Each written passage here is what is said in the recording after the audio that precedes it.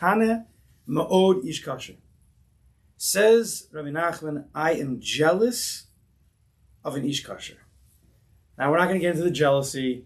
Of course, there's a concept of kinnis so from Tyberg Family. There is a kosher, mutter, appropriate type of jealousy. We can talk about that another time.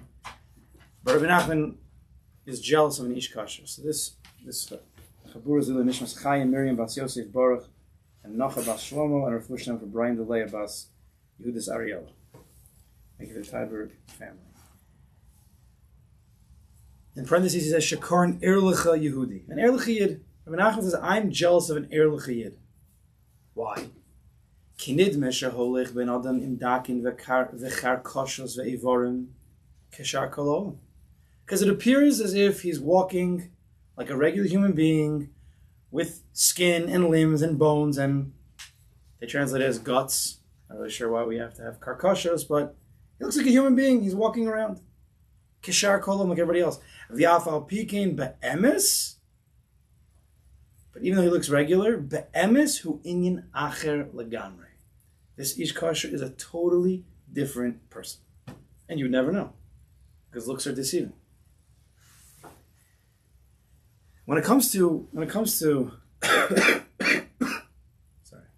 kedusha and dveikis, when it comes to the non-physical world, lav dafka you're going to see anything, and very often the holiest people, it's not necessarily that you see them shuckling during Shemona Esrei.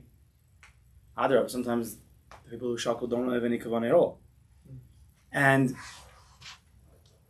we get seduced and we get tricked by looks, by what looks on the outside, right? If you would say to a person, "Can you please draw me a picture of a holy man?"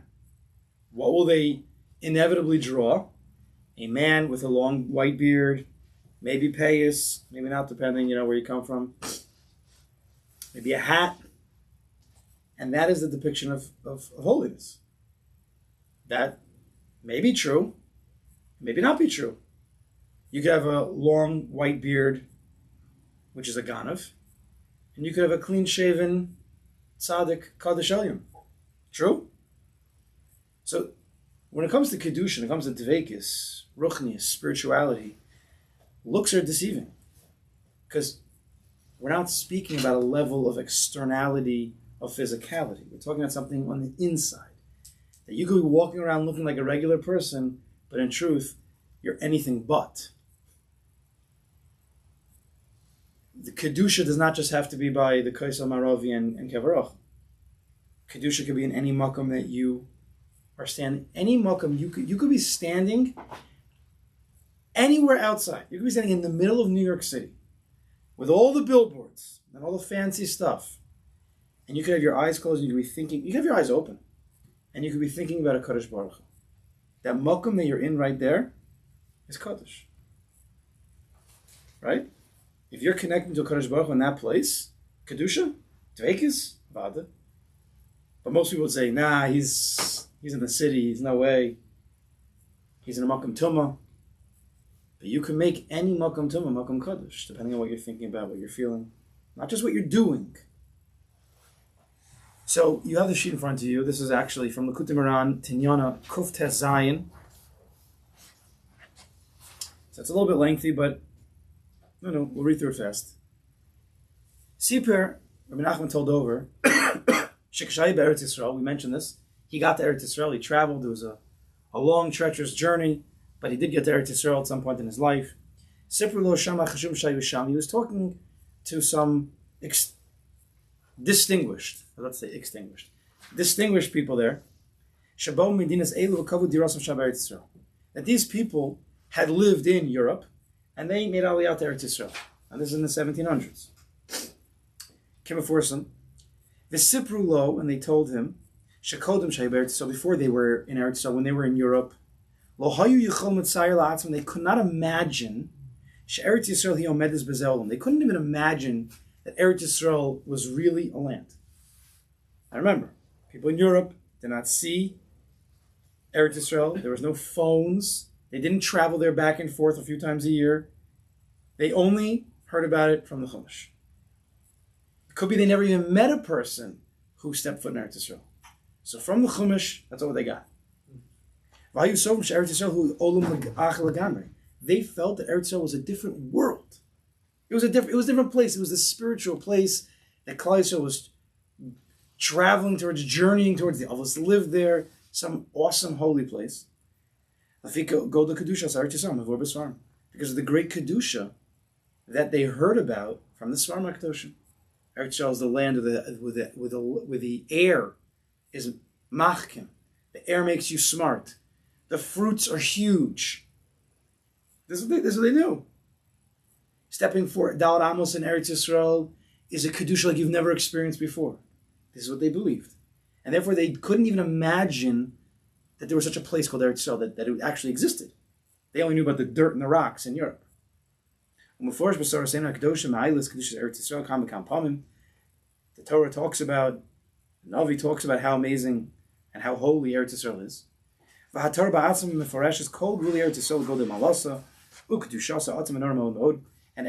Yisrael is depicted, all the borders, in Chumash, in the conquest of Yeshua. We know about it.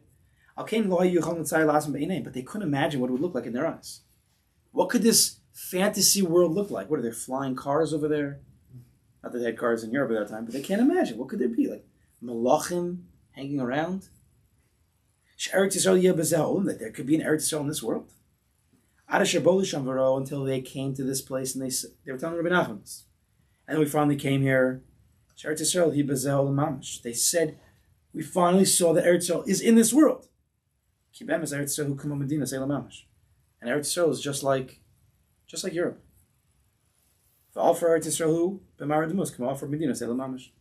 And the earth, the ground, and the trees, and the rocks. Really? It's the same. We have this back in Europe also. All that they imagined that Eretz Yisrael would be was totally extinguished. Now I can say it. It wasn't some awesome holy place. It's a place of rocks, like everywhere else. That special white, apparently this white dirt that they brought from Eretz Yisrael was only some specific places, but most of Eretz Yisrael is regular dirt like they have in Europe. But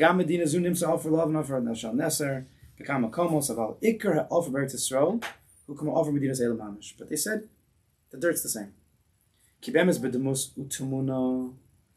Rabbi Nachman, because be'emes, in its appearance, in the way it looks, there's no difference. Klal bein Eretz Yisrael bein Shar Medinas. You look at a picture, Eretz Yisrael. You look at a picture of Greece. There's no difference. You put two pictures up, you wouldn't be able to know which is which country is which country. Lahavdil. Ve'afal pike, says Rabbi Nachman, he kedosha ma'od betachlis hakedusha atzum v'nor ma'od. And even though it doesn't look any different, looks can be deceiving, because be'emes, Eretz Yisrael is Kodesh, Kodesh, Kodesh. It's the holiest. Ashrei hazocha lahaloch sham afilu arba amos. Praiseworthy is a person who is zocha to walk there even 4 amos. Kasher hefligu barabosenu zechron levrach v'chol svarim v'otzim disha gadol v'nora, like all the svarim talk about. So Rabbi Nachman is telling us looks can be deceiving. These people who didn't appreciate the Kedusha of Eretz Yisrael, they had this expectation, this anticipation of some supernal land. When they actually got there and they saw it in the physical reality, it was the same. So all their dreams went away. Rabbi Nachman says, but you have to be a connoisseur. You have to have a sensitivity to the subtlety of Kedusha. Because Kedusha takes a sensitivity. It's very, very subtle. It's very edel. People walk around, again, let's say the shuckling, or people saying things, very fancy things. That doesn't mean that's Kedusha. There's a sensitivity to Kedusha, to holiness. And it's usually in a place of tznius. Kedusha comes with tznius. Tznius does not mean wearing skirts below your knees. It might also mean that, but tznius means a place of yichud, a place of quiet, a place of connection between you and Kodesh Baruch Hu, you and yourself, a makom between a husband and wife, yichud, quiet, tznius. Kedusha can only be sensed in such a place. If you start, YouTubing Eretz Yisrael, you're not going to sense its Kedusha. You need to go there. You need to stand in that place. You need to be one with the land in a quiet way. Not a mefursum, public relations type of way. Come join our country. It's the holiest place. No. It's go to the Kodesh Maravian in a quiet way, you daven. You feel the Kedusha there. But it's not going to be what people expect. I'm going to walk to Eretz Yisrael and feel this sense of electricity running through your body. Because it's not chitzonius. It's a paninius. And those who have sensed it, I'll tell you crazy. Not crazy. I was in Eretz Yisrael, like a lot of people. I learned there in Eretz Yisrael. And I went back. I got married. I was there for about a year, and I came back to America. And I was in America for probably, I don't know, maybe it was 10 years, 10, 12 years maybe 10, 12 years before I'd gone back to Eretz Yisrael. So I was in America 10, 12 years. And during that time, I started going to Rebbe Shiurim from Rav Kook. Now, we know Rav Kook in Eretz Yisrael is like Hainu Hach, it's like one. And I learned a lot from Rav Kook's expressions and the way he spoke about Eretz Yisrael. And there was a certain longing that I had to go back after having this rutz and build up inside of me from Rav Kook's words. And I still remember when I went back finally on the first trip. Remember, they've gone on these trips. I went back. I was able to go on the first one. And when I got off the plane, I was excited. I couldn't contain myself. On the shirut, on the bus from the airport to Yerushalayim, I had never seen grass and stones like this before. Mamish. The grass and the stones, there was something different about it. After learning Rav Kook and having the way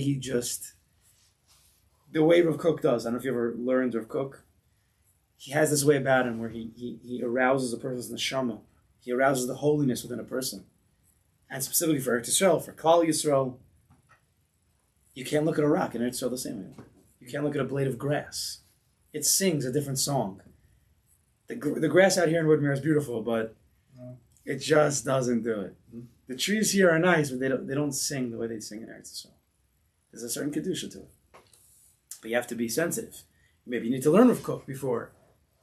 You need to learn the panemius of Eretz Yisrael. The panemius, not the chitzonius. So he says, V'sipra, we'll go weiter here. He says, V'sipra Rabbeinu Zechron Levrach Zos. Rabbi Nachman was saying, Ki hu inyan nitzrach me'od l'kam inyan. This concept, this inyan, to be able to sense the kedusha of something is needed in many places. Shebnei adam nevuchim b'hem b'ta'usim, because many people make mistakes.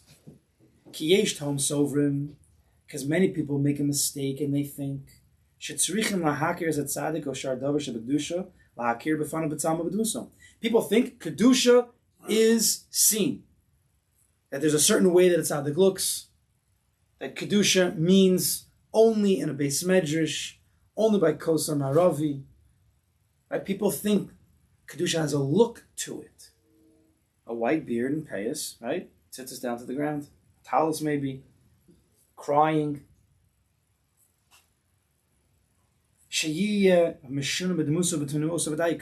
That to be holy, to be davuk, you need to have a different look, different movements than the regular. Says Nachman, that's not true. That's not true at all. Now he could speak because he was a tzaddik.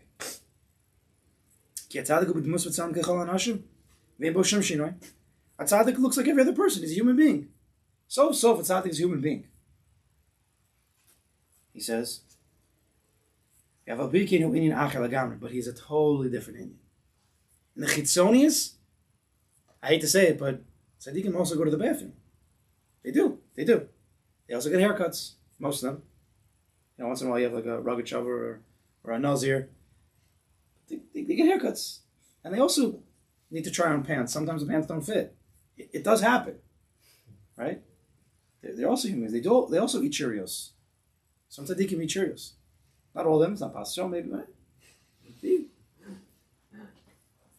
But they're a totally different Indian lagam. The way they eat the Cheerios, the way they put those pants on. It's a totally different Indian. It's a different Indian. They're in a different place. They look the same.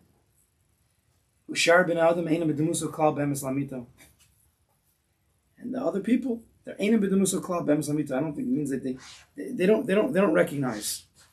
They don't see the emes like they should. Ish kosher. So he says, K'mo Sham Rabbeinu, like Rabbeinu said, and he's quoting the Sichos Haran. So in Likutei Moharan, Rabbi Nelson's bringing the whole Torah of Rabbi Nachman, quoting the Sichos Haran. K'mo Sham Rabbeinu, she'ish hakosher nidme she'holichem karkoshers v'dakin, K'mo Sham Rabbeinu. Even in ish kosher, not just a tzaddik, in ish kosher looks like a human being. He also wears pants. We have a bigin who Indian achel gamar, but he's a totally different Indian. V'chein Eretz Yisrael be'emes he muvdels mufresh the gamar mishar aratzos. V'chol yoneh. And Eretz Yisrael be'emes is totally separate than every other land. It's totally different. But in looks, it looks the exact same. Once you have that sensitivity. I was talking to somebody recently. Two people. One person told me he's learning in Eretz Yisrael now. There's a boy who's learning in Eretz Yisrael now. And he told me, be'emes, he doesn't feel any difference learning in Eretz Yisrael, learning in America. He doesn't feel any difference. Fine. It's possible. But that's what he said. And another person told me, he said, I've been to Eretz Yisrael 40, 50 times. I've never really felt anything different. Of course, they're holy places, but I never really felt anything different. I said, what are you looking for exactly? What are you looking for? Are you looking for the electricity?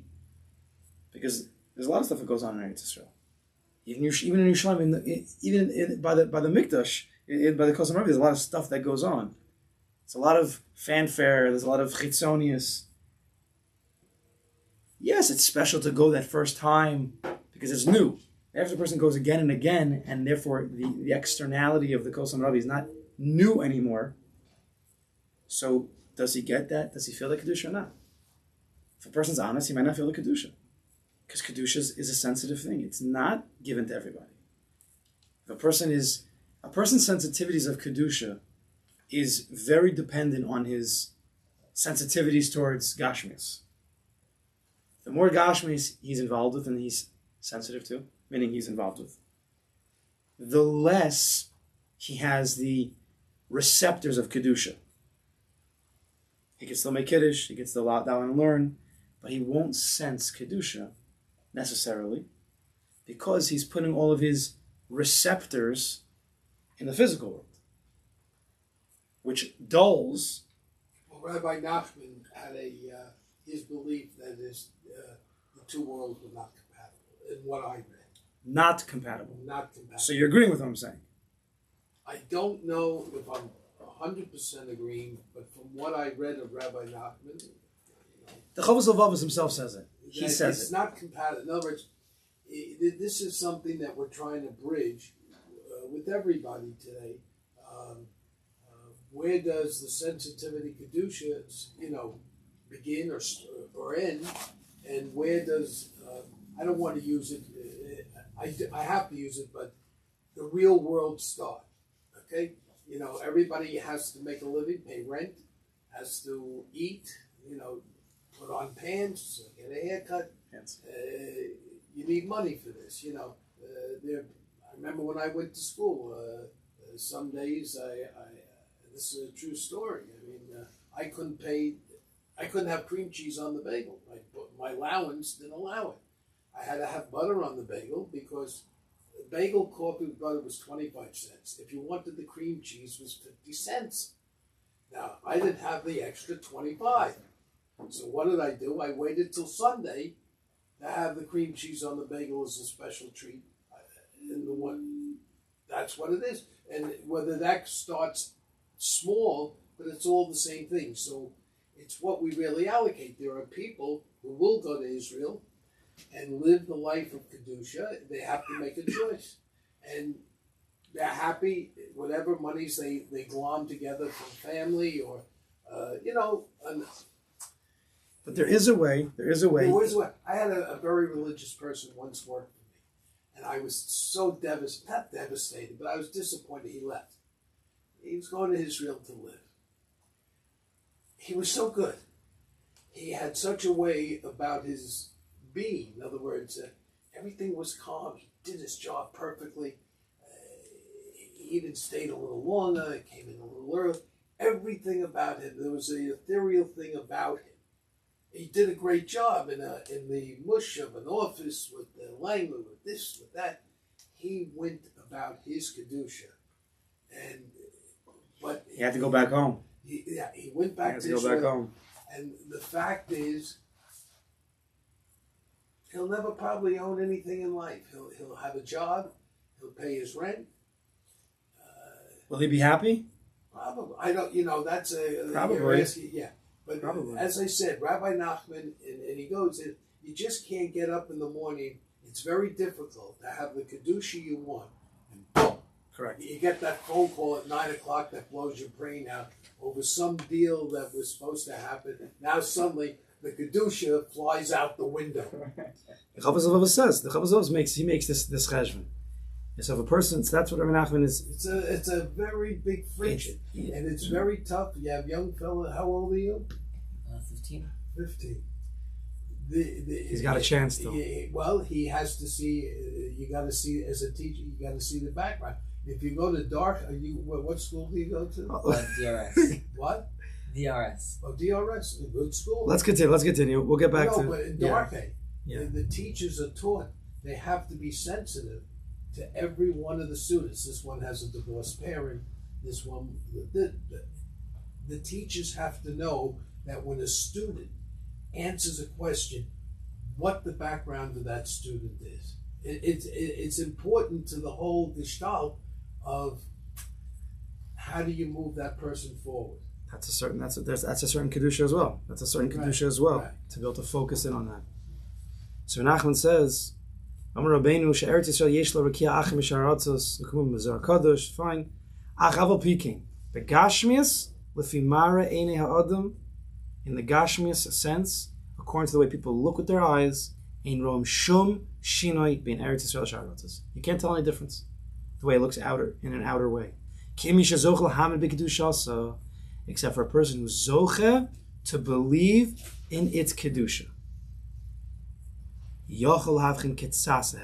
That person can discern a little bit of the difference. Kedusha is you have to be a connoisseur. You have to be a bucky. And what is it? What does kedusha smell like? What does it look like? What does it feel like?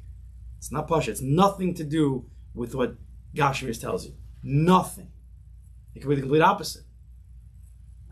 So too the tzaddikim and the nashim kesherim, our ish kosher, in its comparison, their comparison to the rest of the world, they in their movements, they look they look exactly like. They wear yarmulke, they have faces, they have nose and an eyes and sometimes glasses, sometimes a beard, sometimes not. They look like everybody else. They don't look any different than Gashmas. Emes lamito. Emes lamito means to see the insides of something. The real emes, the truth. We believe that they're totally different. Ish kasher inyan achel gamrei, and ish kasher is just a different inyan. Kol sheken the tzaddikim amitim, kol sheken the emes like tzaddikim. The inyan ze nitzrach lakam inyanim v'zehaven ze meod. This inyan is very, very important to know for many inyanim. To know that the world of kedusha is not defined by Gashmis. It never was. It never will be. So we have to start learning how to define kedusha. What does it mean, kedusha? Maybe kedusha mean. Who says kedusha means a gemara open? Of course, it may also mean a gemara open. But what happens if you have a person who has a gemara open, but he's thinking about genevas, let's say? Kedusha not Kodesh? They have no idea what he's thinking. It's not Kodesh. What happens to a person who's sitting? You all have that problem with Shemon Esrei. And the rabbis talk about it in all of the Sforim. That when we stand there, I don't know about the tzaddikim over here. You know, I can't tell you what others. But it's very hard to push out in your daily activity. The morning is easy. But once you get to Mincha, it happens, it's very difficult. All day, it's very tough with the schmutz that went on during the day if you're involved in it. Well, do you remember what we discussed? Very tough. Was it last week, 2 weeks ago? 2 weeks ago? 3 weeks ago? About Kedusha? Do you remember what we said? We defined according to Rabbi Nachman what Kedusha is. We said we were talking about when a person is going on a certain path and he's going to do something, a mitzvah, he's going on to do a mitzvah or something. Every move you make is towards that goal. And says Rabbi Nachman, praiseworthy are we that we are a part of Kedushas Am Yisrael. Remember that? Sicha, I don't remember what, Sicha Yud, Sicha Yud Aleph. And I was discussing, what's the Kedusha? What does he mean Kedusha? So we explained over there, and it's the same over here. Kedusha is when you take an animal out of a flock, and you say that this animal is designated for the Beis HaMikdash. You've designated, you've pinpointed, you are now focused on this animal. You say to a lady, Hare at mikudeshes li. You are now designated, you are now holy to me. She cannot be married to any other man now. She is specifically focused, designated to this one man. That's Kedusha.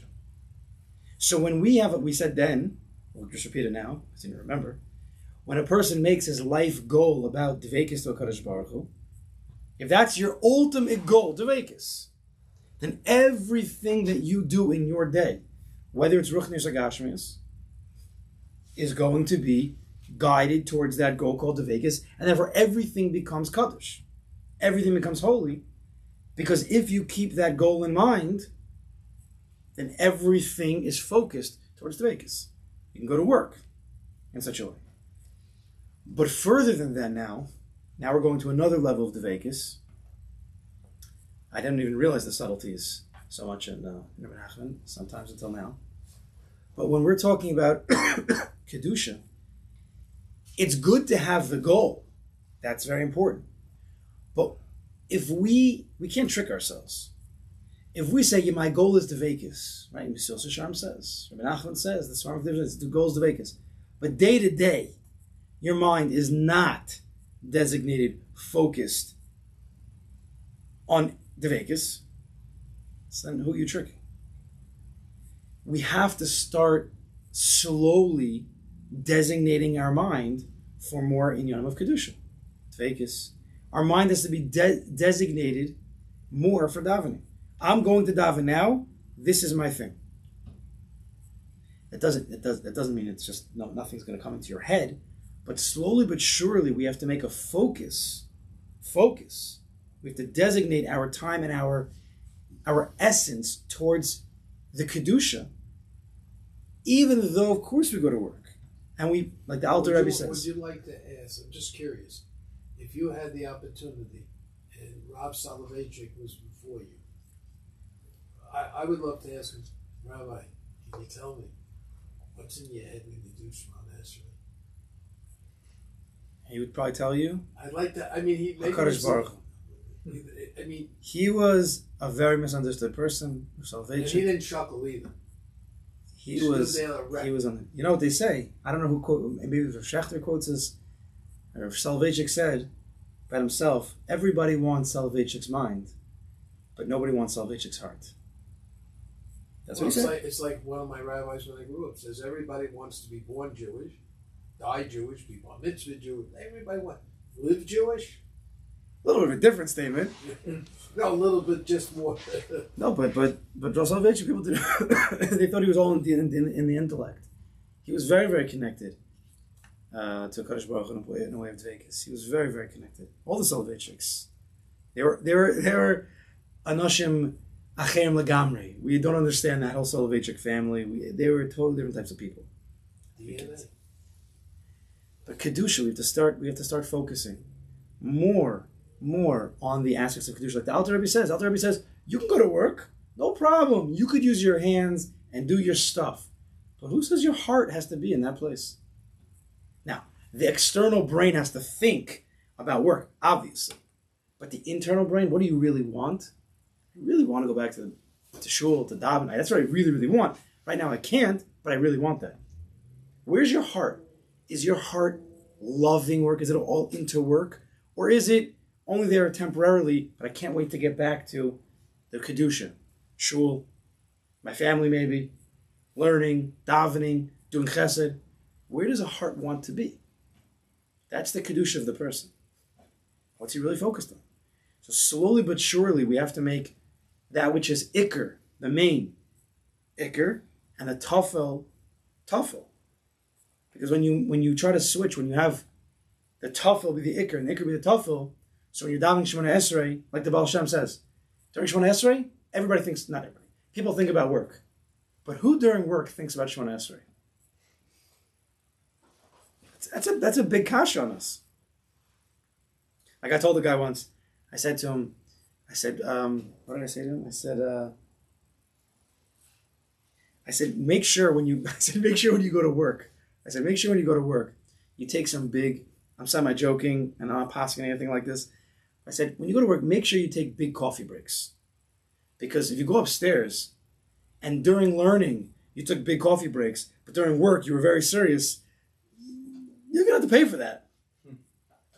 Right? You have to, where are we aligned? Where are we focused? Well, that's the book, we just was here with the sanctity of the heart.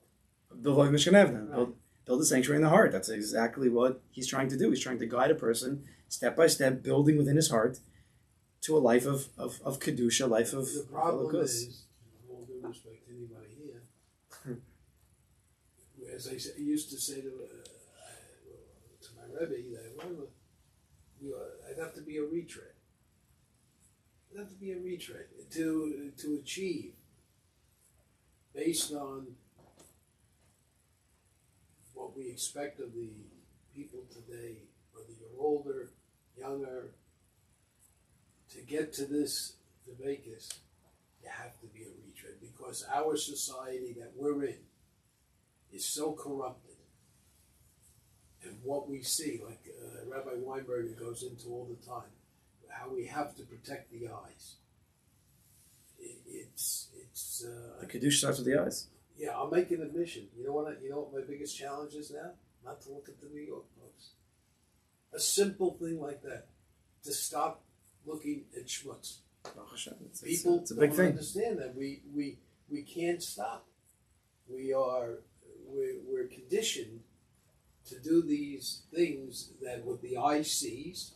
The heart then goes, and then you go after it. And we say it every day in Shema, and you say, what a kabbalah. They thought this day, and we're here what year? 57, 58, 7, and we're still trying to figure it out. But Lamaisa nowadays, because of the craziness, if a person has a little bit of emes in their life, if they can think a little bit clearly, and they take a look around, and they say, this is really insane what's going on. I mean, it's absolute insanity. It should be able to push a person towards seeking, where's the emes? What's going on here? There has to be something in this world. And it's not always found in the Gemara. It's not always found necessarily in the Chumash. Of course, those are books of emes. But that might not bring you necessarily to the emes. You need to look for something else potentially.